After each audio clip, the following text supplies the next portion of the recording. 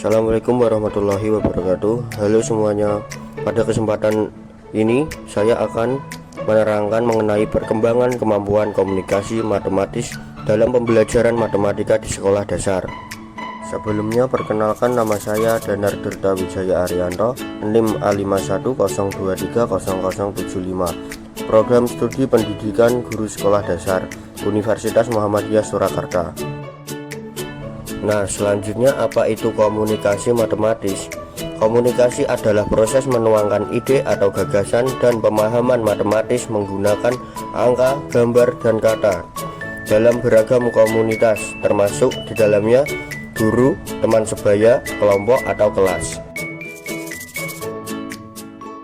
Berikut komponen komunikasi matematis. Kemampuan komunikasi matematis merupakan hal yang penting harus dimiliki siswa.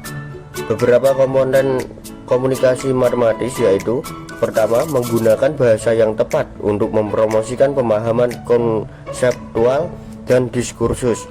Dua, menekankan penalaran logis. Tiga, membedakan antara penjelasan konseptual dan deskripsi prosedural. Empat, membuat representasi yang bermakna. Lima, menumbuhkan simpati. Berikut faktor-faktor komunikasi matematis. Ada beberapa faktor yang mempengaruhi kemampuan komunikasi matematis, yaitu: 1. Kepercayaan diri. Siswa yang memiliki kepercayaan diri yang tinggi cenderung lebih berani untuk mengungkapkan ide-ide matematis mereka. Kedua, yaitu teman belajar. Yang dimaksud teman belajar yaitu interaksi dengan teman belajar dapat mempengaruhi kemampuan komunikasi matematis, baik melalui diskusi maupun kolaborasi dalam menyatakan masalah. Yang ketiga, yaitu suasana pembelajaran, yaitu lingkungan belajar yang mendukung seperti suasana kelas yang kondusif dan metode pengajaran yang interaktif dapat meningkatkan kemampuan komunikasi matematis siswa. Yang keempat, yaitu gaya belajar. Yang dimaksud dengan gaya belajar yaitu gaya belajar yang sesuai dengan kebutuhan siswa, dapat membantu mereka lebih mudah memahami dan mengomunikasikan konsep-konsep matematis. Yang kelima, yaitu ada keterampilan menulis. Yang dimaksud dengan keterampilan menulis yaitu kemampuan menulis yang baik sangat penting untuk komunikasi matematis, terutama dalam menjelaskan langkah-langkah penyelesaian masalah secara tertulis. Yang keenam, yaitu fokus konsentrasi. Siswa yang mampu fokus dan berkonsentrasi dengan baik selama pembelajaran cenderung lebih mudah memahami dan mengomunikasikan ide-ide matematis. Faktor-faktor ini menunjukkan bahwa kemampuan komunikasi matematis tidak hanya bergantung pada kemampuan kognitif siswa, tetapi juga pada aspek-aspek emosional dan sosial mereka. Nah, selanjutnya yaitu karakteristik komunikasi matematis. Kemampuan komunikasi matematis adalah kemampuan yang sangat penting dalam pembelajaran matematika. Berikut ada beberapa karakteristik utama dari kemampuan komunikasi matematis. Yang pertama, yaitu menyatakan situasi atau masalah. Yang dimaksud menyatakan situasi atau masalah yaitu mengubah situasi atau masalah ke dalam bentuk bahasa, simbol, ide, atau model matematik seperti gambar, diagram, grafik, atau ekspresi matematik. Yang kedua, yaitu menjelaskan ide matematika.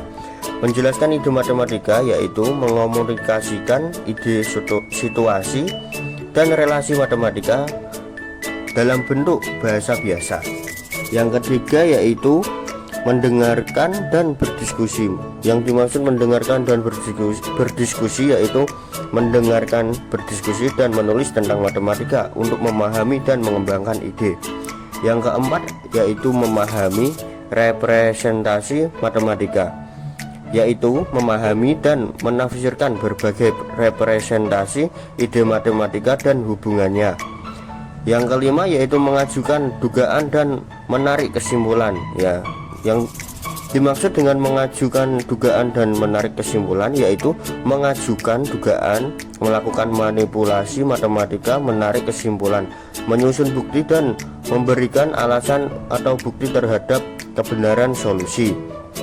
Kemampuan ini membantu siswa untuk mengorganisir pemikiran matematis mereka berkomunikasi secara logis dan jelas, serta menganalisis dan mengevaluasi pemikiran matematis orang lain.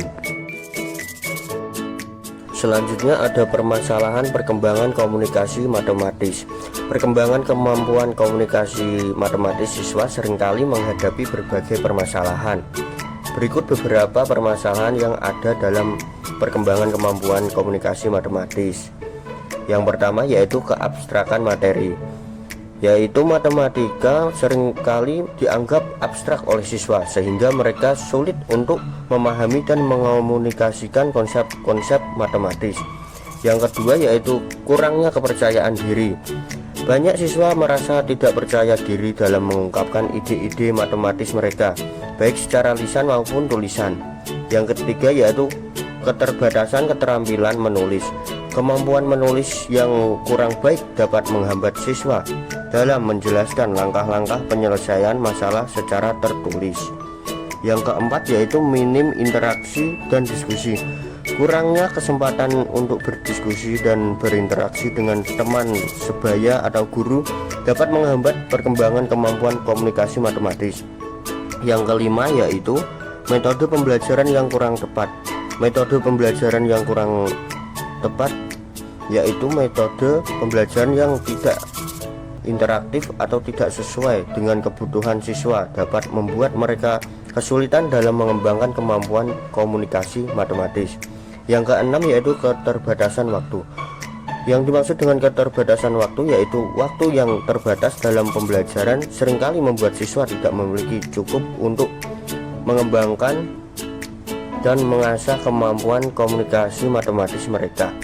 Mengatasi permasalahan ini memerlukan pendekatan yang komprehensif, termasuk penggunaan metode pembelajaran yang lebih interaktif, memberikan lebih banyak kesempatan untuk berdiskusi dan berkolaborasi, serta mendukung siswa dalam mengembangkan kepercayaan diri mereka. Selanjutnya cara mengatasi permasalahan komunikasi matematis.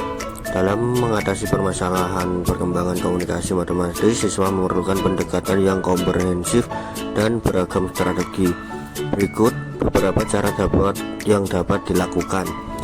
Yang pertama, menggunakan pendekatan pembelajaran interaktif. Pendekatan seperti ini pembelajaran kooperatif, misalnya think, talk, read, dan diskusi kelompok dapat meningkatkan interaksi antar siswa dan membantu mereka mengembangkan kemampuan komunikasi matematis. Yang kedua, menerapkan pendekatan saintifik. Pendekatan ini memberikan kesempatan kepada siswa untuk aktif berkolaborasi secara ilmiah yang dapat membantu mereka dalam mengembangkan kemampuan komunikasi matematis melalui diskusi dan eksplorasi bersama. Yang ketiga, motivasi dan dukungan.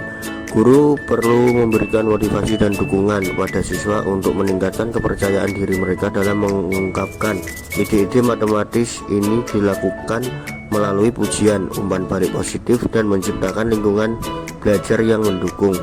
Yang keempat, menggunakan soal uraian. Memberikan soal-soal uraian yang menantang dapat membantu siswa mengasah kemampuan mereka dalam menjelaskan langkah-langkah penyelesaian masalah secara tertulis. Yang kelima, menggunakan pendekatan pendidikan matematika realistik atau PMR. Pendekatan ini mengaitkan konsep-konsep matematis dengan situasi nyata yang relevan bagi siswa, sehingga mereka lebih mudah memahami dan mengomunikasikan ide-ide matematis. Yang keenam, yaitu menerapkan model pembelajaran core atau connecting, organizing, reflecting, extending. Model ini membantu siswa menghubungkan konsep-konsep matematis, mengorganisir pemikiran mereka, merefleksikan pemahaman mereka, dan memperluas pengetahuan mereka melalui berbagai aktivitas pembelajaran. Dengan menerapkan strategi-strategi ini, diharapkan siswa dapat mengatasi permasalahan dalam perkembangan komunikasi matematis mereka dan menjadi lebih percaya diri serta kompeten dalam mengungkapkan ide-ide matematis. Terima kasih telah menonton video ini. Bila ada kesalahan dalam pengucapan dan kekurangan dalam penyampaian materi, saya mohon maaf. Sekian, wassalamualaikum warahmatullahi wabarakatuh.